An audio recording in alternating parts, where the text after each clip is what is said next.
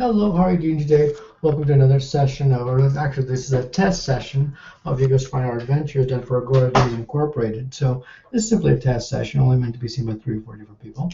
For this test section, I'm going to actually disclose a little bit in terms of my secrets. How about this? And this is a coordinate heart I'm working with. I'm going to make this heart look like it's actually made out of torn metal, believe it or not. I've done that through using aluminum foil and actual metal.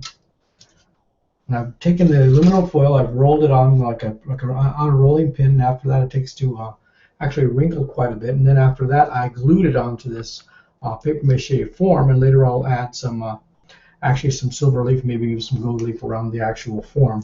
It's actually still gluing onto this heart. Actually, I've also done this onto this piece of cardboard, and actually I'll make both of these things look just like metal.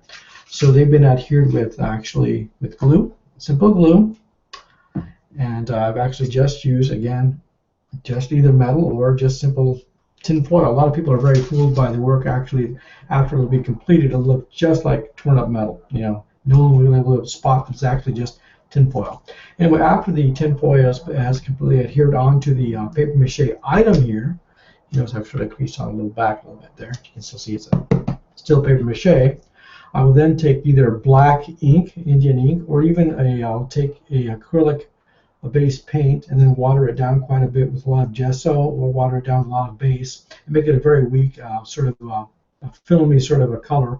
Generally I use ink, like permanent ink or whatnot. At that point I'll rub it all over the surface after I'm done, after this is done drying, and that will actually increase the amount of detail you'll see in terms of the creasage and all that sort of stuff on this particular work of art, and you'll be convinced it's a piece of metal. And even after that's done, I'll take it later and I'll even adhere screws and nails and all these other objects to further, the illusion that it's a piece of metal.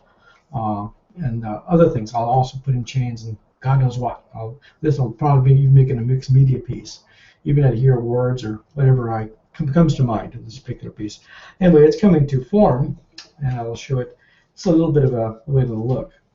A little bit of the way to look. I'm sure I'll add lots of details to it a little later on. Again, this is just using tin foil and just using cardboard, and I can certainly make that look like a piece of metal. Anyway, after the tin foil is drying onto the surface of this paper mache form that I created, I will then take probably generally a spoon or any even piece of metal, and just flat, and I actually rub that on there. Rub it onto the paper mache form, which will even make it look a lot more solid. It just makes it look, here and there. I rub it here and there. It just adheres the paper mache to the tin foil a little bit better. You can see me there working away. And even further the impact of the actual work. There you go, sort of rubbing away. Actually, sure, it shines it up a little bit too. So I'm sort of working around. Again, this is not a fancy tool. It's just a flat old spoon. Nothing better than that. So. It's more complicated than that. Let's sort of work around in there.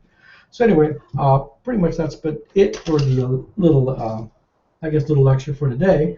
Sort of a little bit of a trick, or not even a trick, sort of a trade secret, I guess you'd say. So something of a trade secret as to how I make some paper mache items look just like metal. And that's sort of the trade secret for that. And that sort of the end of the session today. I have to go make dinner. And we're sort of ending it with this little sign here, sort of end of session. And with that end of session, I wish you all a pleasant evening, wherever you might be. And I'm in Newark, California, and I'm signing off.